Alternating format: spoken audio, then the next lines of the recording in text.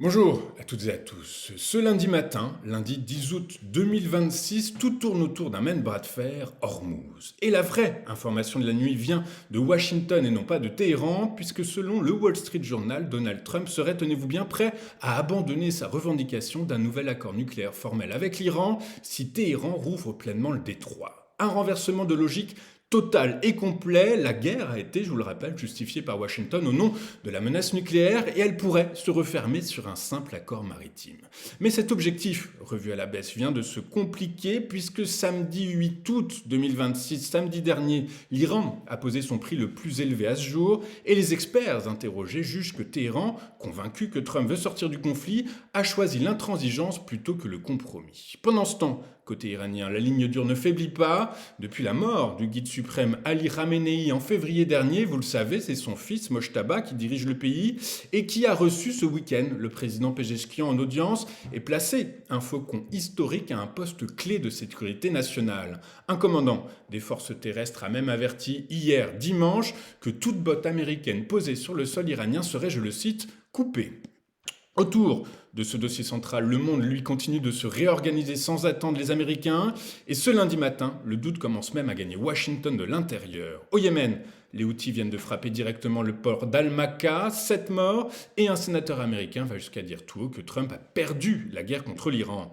Dans le Golfe, l'Arabie Saoudite, la Turquie et le Pakistan ont scellé un pacte qui ne doit rien à l'Amérique. À Jérusalem, Benjamin Netanyahou a lui formellement rejeté le plan de paix pour Gaza quand le propre médiateur du président américain semble pencher de son côté sur le calendrier du désarmement. En Ukraine, Volodymyr Zelensky révèle lui que jusqu'à 50 000 soldats nord-coréens sont désormais déployés en Russie. Et au Groenland, une société texane proche du président américain teste le fait accompli sur un territoire danois.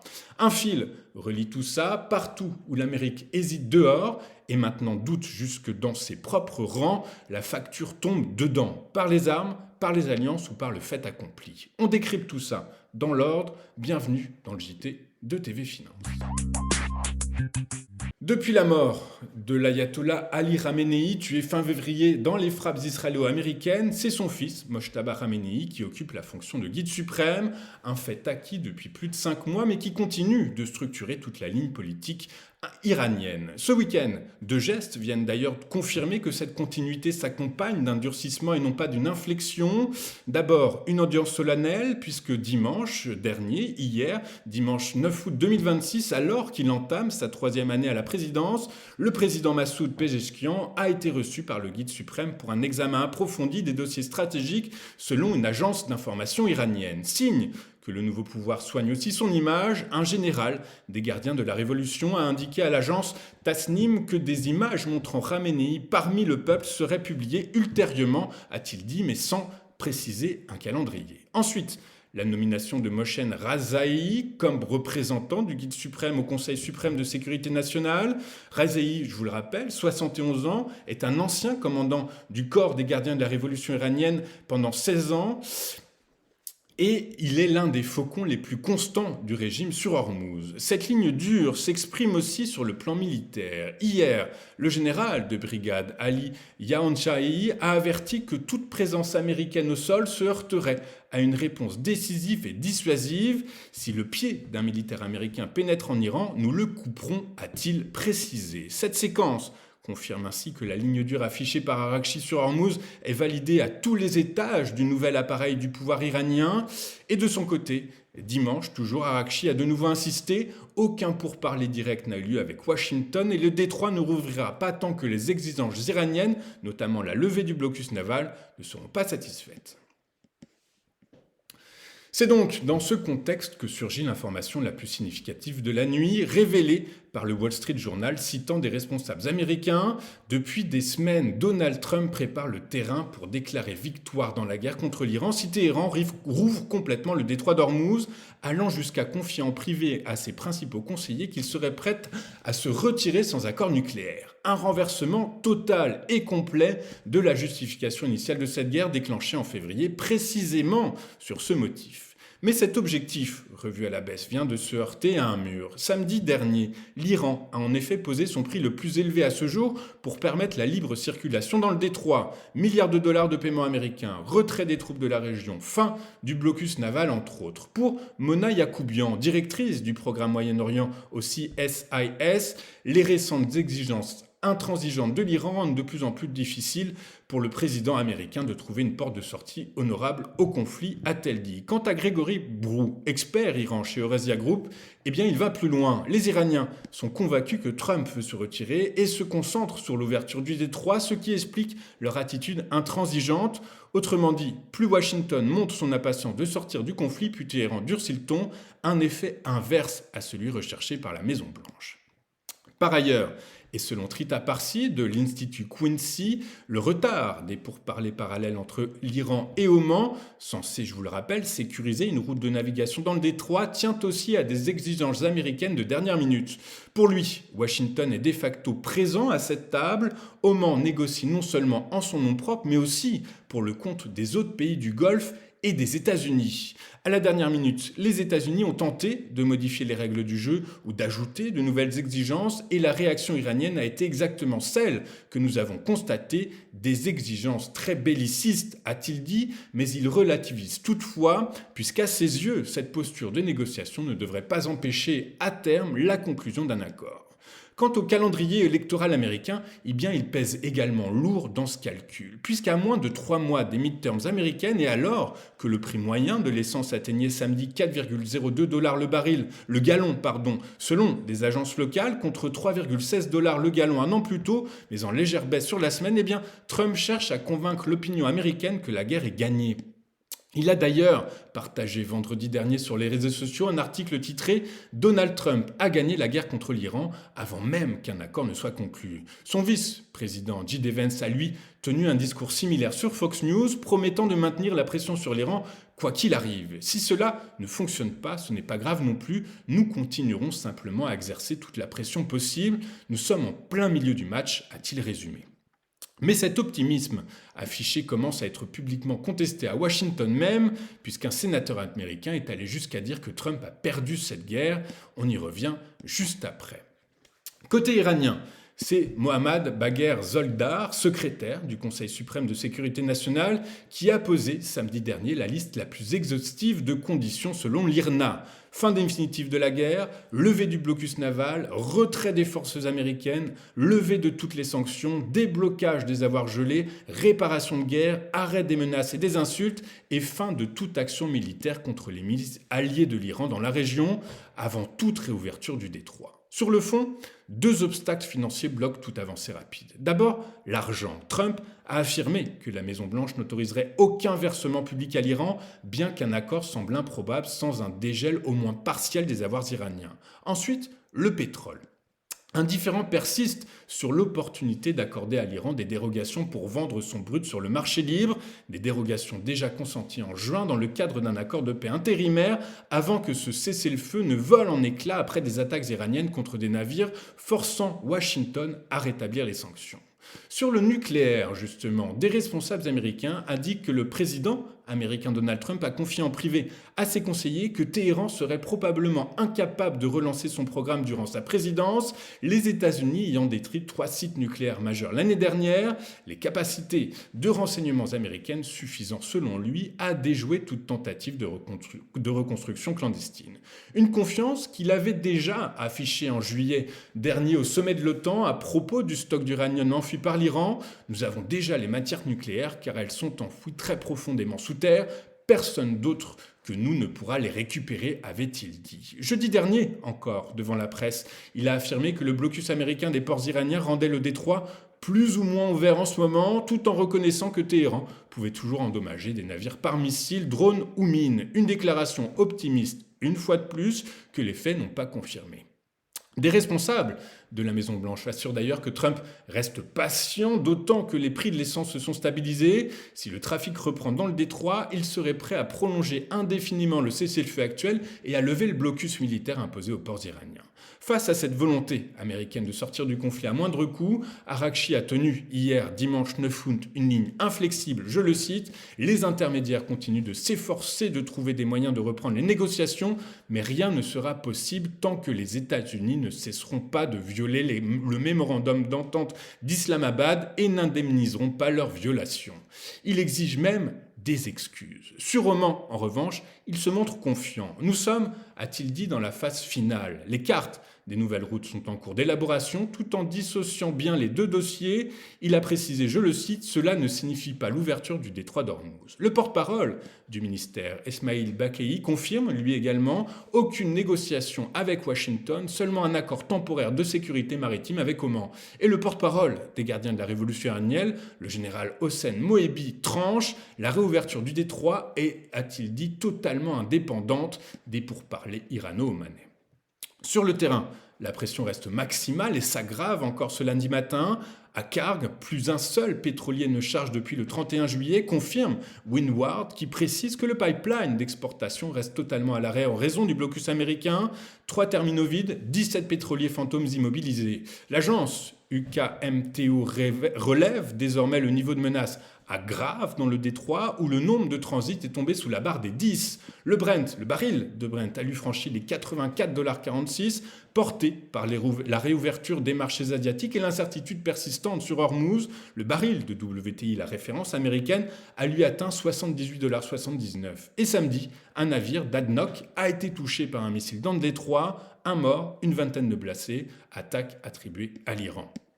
Mais ce que révèle cette nuit d'informations croisées, eh bien, ce ne sont plus seulement les Iraniens qui cherchent à gagner du temps, c'est Donald Trump lui-même qui cherche une sortie honorable, et c'est précisément cette envie perçue de sortir du conflit, combinée aux exigences américaines de dernière minute sur le dossier Oman, qui pousse Téhéran à durcir encore ses conditions plutôt qu'à les assouplir.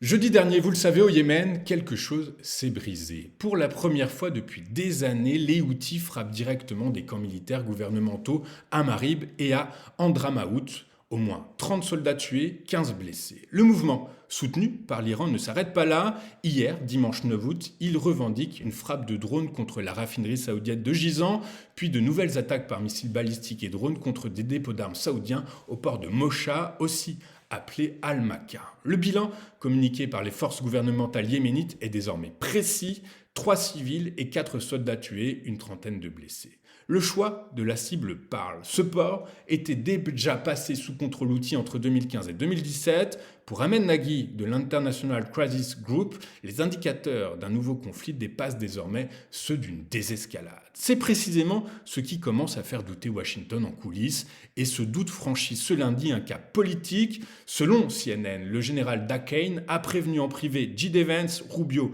et Radcliffe, les États-Unis doivent trouver une sortie, la puissance aérienne ne suffit plus. Il alerte sur des stocks dangereusement bas, et selon le Washington Post, le vice-secrétaire à la défense Steve Feinberg a donné 21 jours aux industries américaines de l'armement pour accélérer leur livraison. Les chiffres du CSIS sont sans appel, le stock de Patriot a chuté de 65%, celui de THAAD presque de moitié. Et ce doute militaire trouve désormais un écho politique assumé. Le sénateur démocrate Chris Murphy a déclaré sur NBC News que Donald Trump avait tout simplement, je le cite, perdu cette guerre contre l'Iran. Il affirme qu'il soutiendrait même un mauvais accord pour y mettre fin et rouvrir le détroit d'Ormuz, jugeant que le coût de la réouverture augmente chaque jour que durent les négociations qui sont dans l'impasse.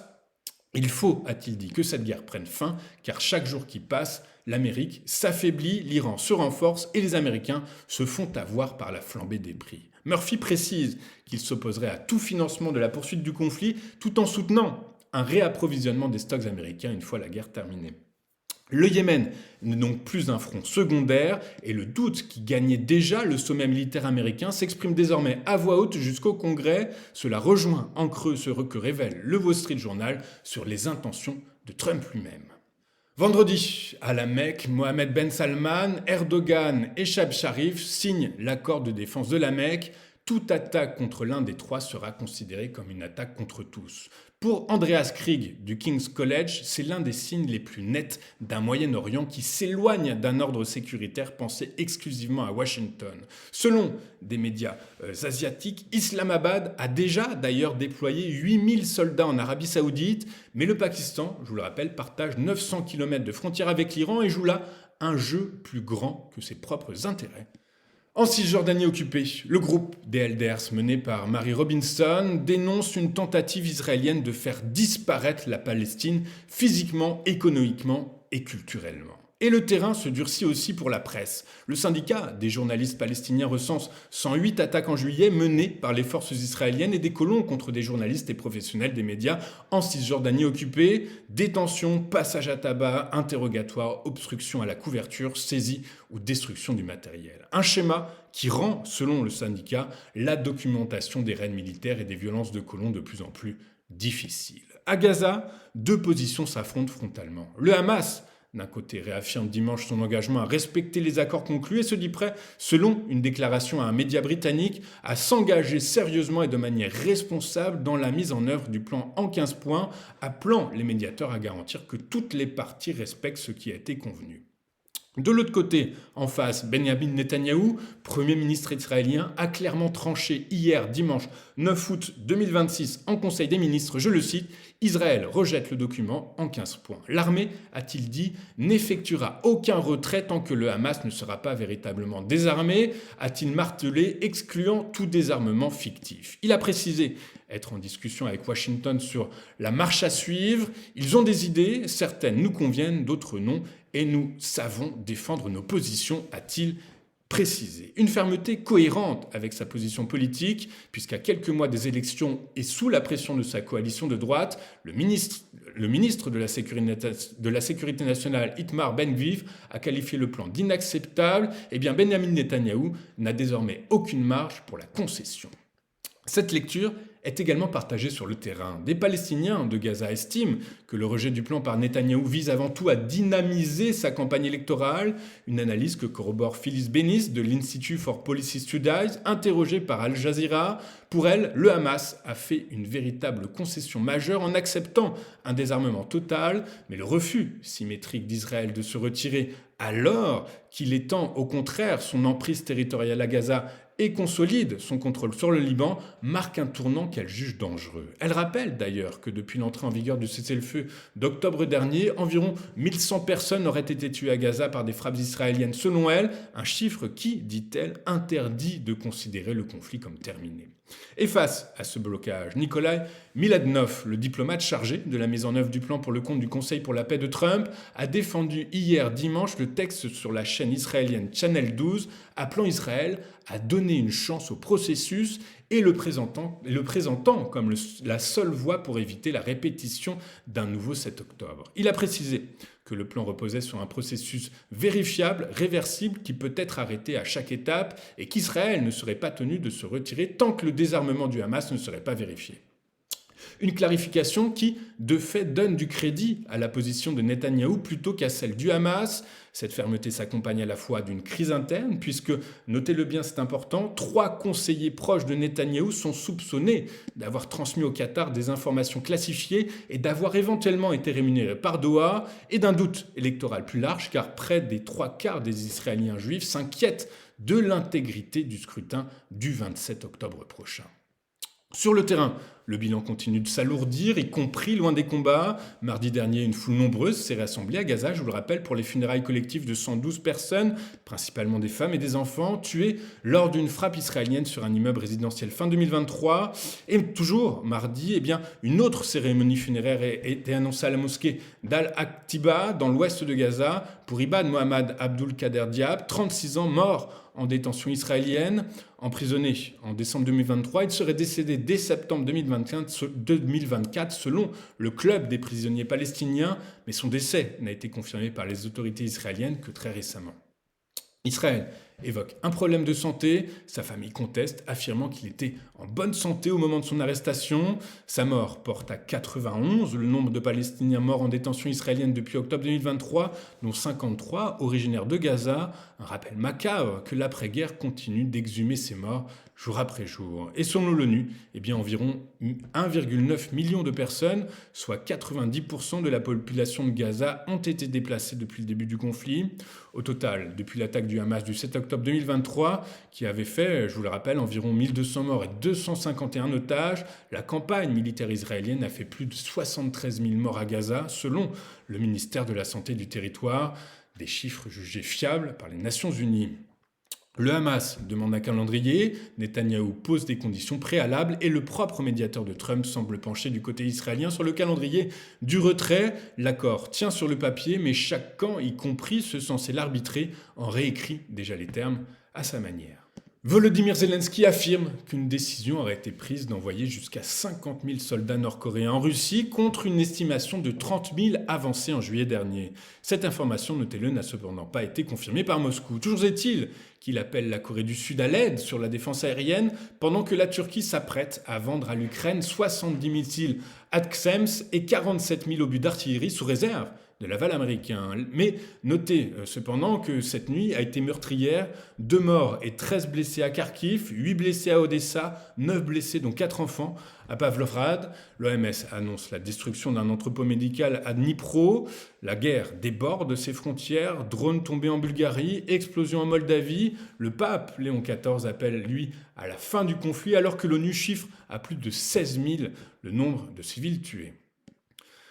Enfin, sur la côte est du Groenland, Groenland Energy, société texane liée au méga donateur républicain Kenneth Griffin, a débarqué du matériel de forage sans autorisation locale, révèle le Guardian. Nuuk dément tout feu vert, mais notez bien que la coïncidence avec les menaces d'annexion répétées de Trump n'échappe à personne. Résultat, que peut-on dire de cette matinée ? Eh bien que de Téhéran à Nuuk, en passant par Hormuz, le Yémen et Gaza, la même mécanique se répète.